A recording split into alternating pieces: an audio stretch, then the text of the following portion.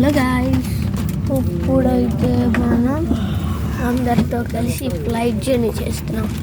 Flight ఇంకా take off అవ్వలేదు. ఇప్పుడే ఫ్లైట్ ఎక్కాం.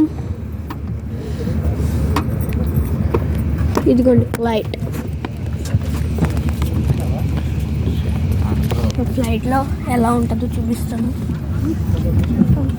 ఇది ఎలా ఇస్తారు, ఇది మనం ఎలా పెట్టుకొని భోజనం చేయాలి. భోజనం ఎలా చేయాలి